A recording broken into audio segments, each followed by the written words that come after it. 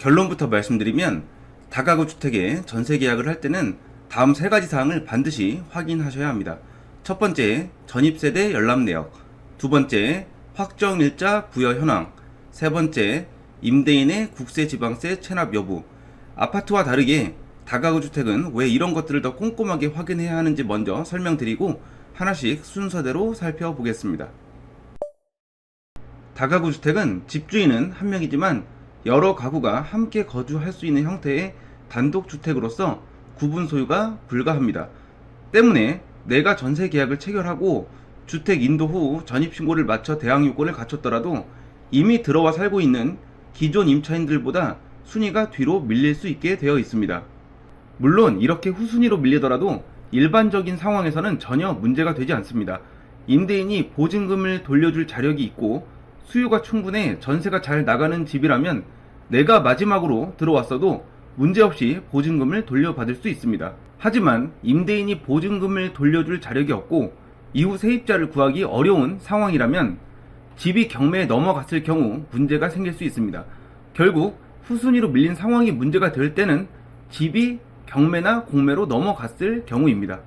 내 배당 순위보다 앞선 순위의 임차인이 많다면 집이 경매로 넘어갔을 때 내가 배당 받을 수 있는 금액이 부족하거나 없을 가능성이 높겠죠.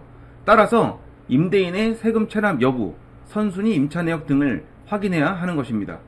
전입세대 열람 내역은 주택 소재지와 상관없이 모든 주민센터에서 발급이 가능합니다. 단 전세 계약 전에는 임대인의 동의가 필요하기 때문에 반드시 요청해서 확인하셔야 되는 부분이고요. 전입세대 열람 내역을 통해 해당 주택에 전입신고하여 살고 있는 임차인이 몇 명인지 확인할 수 있는데요. 여기서 중요한 건 최우선 변제라는 개념도 있다는 겁니다. 최우선 변제는 확정일자를 요하지 않고 오로지 대항력만을 요건으로 보기 때문에 전입신고를 마치고 살고 있는 임차인이라면 확정일자 여부와 관계없이 최우선 변제를 받을 수 있습니다.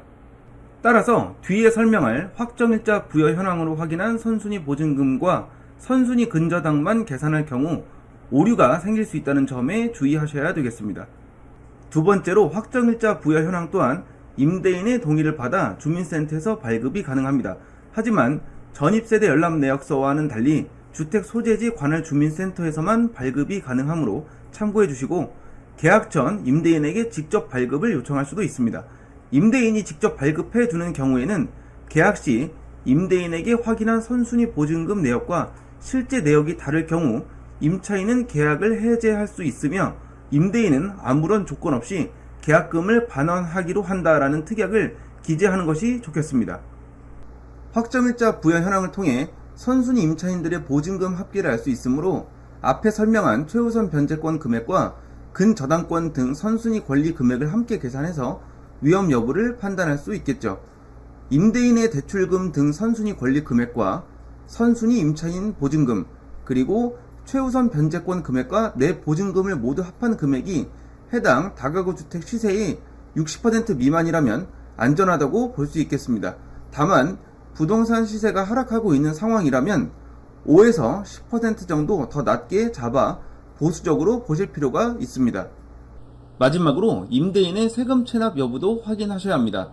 임대인의 세금 체납액이 크다면 보증금 반환 자력이 없을 가능성이 높기 때문에 각별한 주의가 필요하고 선순위 임차인까지 있는 다가구 주택 전세 계약의 경우라면 더욱 주의하실 필요가 있습니다.